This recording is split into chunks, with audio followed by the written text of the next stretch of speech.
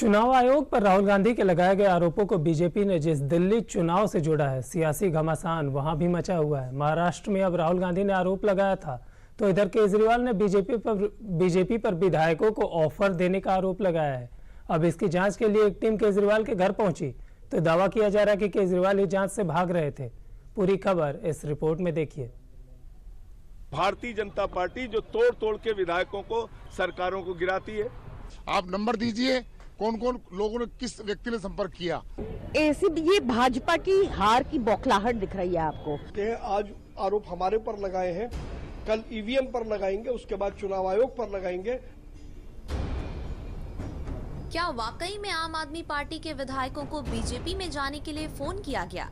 क्या वाकई में आम आदमी पार्टी के विधायकों को 15 करोड़ रुपए का ऑफर दिया गया? आखिर वो शख्स कौन है जिसने आम आदमी पार्टी के विधायकों को फोन किया?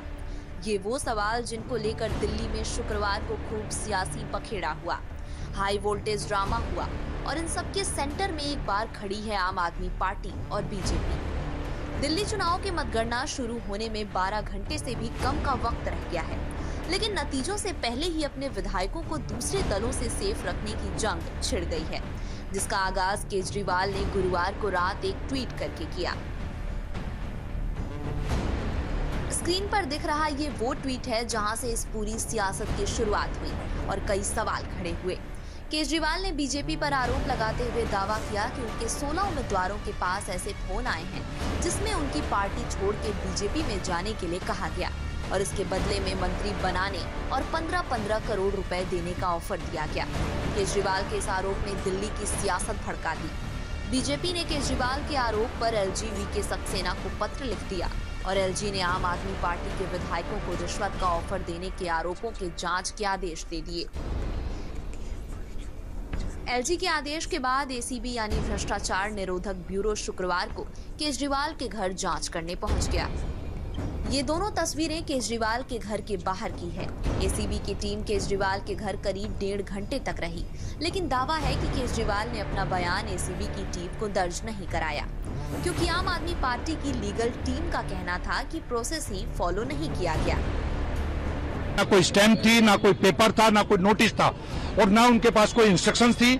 जिस तरीके से उन्होंने ऊपर से इंस्ट्रक्शंस ली और 1.5 घंटा लग गया उनको नोटिस मंगवाने में। नोटिस भी बाहर से तैयार होकर आया, उस नोटिस को सर्व करके गए हैं। हम उसको स्टडी करके लीगल रिकॉर्ड्स जो भी होगा उसका रिप्लाई होगा वो देंगे आपको। आम आदमी पार्टी की लीगल टीम जहां एसीबी की टीम पर आरोप लगा रही है, तो वहीं जानकारी के मुताबिक केजरीवाल के घर एसीबी की टीम जब पहुंची तो दावा है कि केजरीवाल ने ही जांच में सहयोग नहीं किया।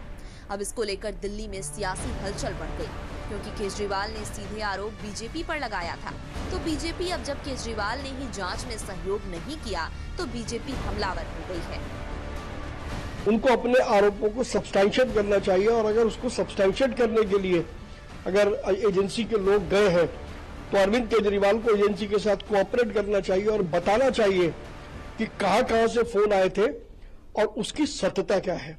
अगर अरविंद केजरीवाल कोऑपरेट नहीं करेंगे तो ये माना जाएगा कि उन्होंने आरोप हवा में लगाए हैं, जैसी उनकी आदत है।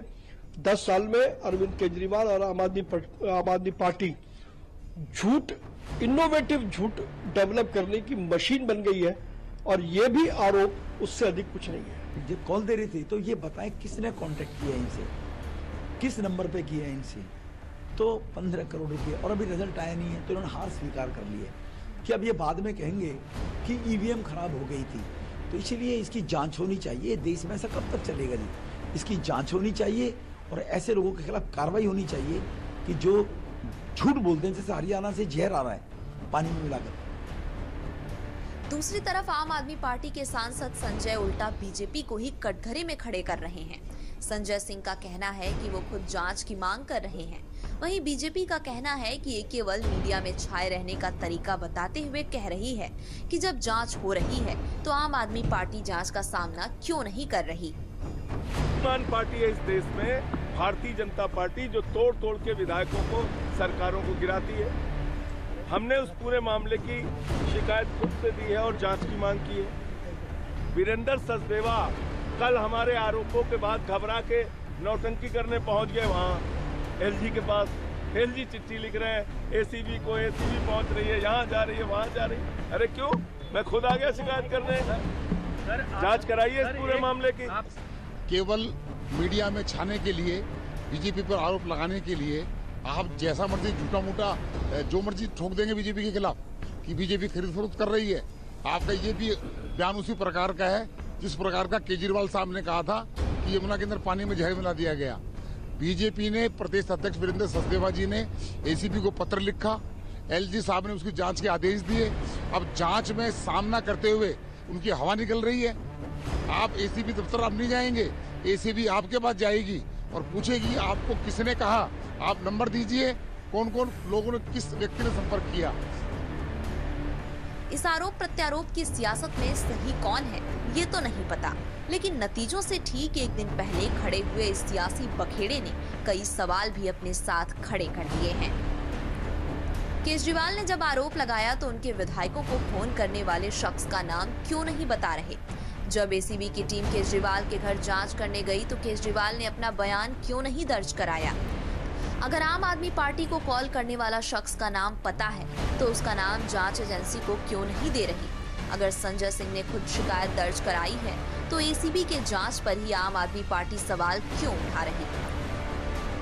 केजरीवाल ने इससे पहले भी कई बार ऐसे आरोप बीजेपी पर लगा चुके हैं। इस चुनाव में इलेक्शन कमीशन पर भी केजरीवाल ने कई बार आरोप लगाया, लेकिन करीब हर बार उनके आरोप किसी निष्कर्ष पर पहुंचे नहीं है।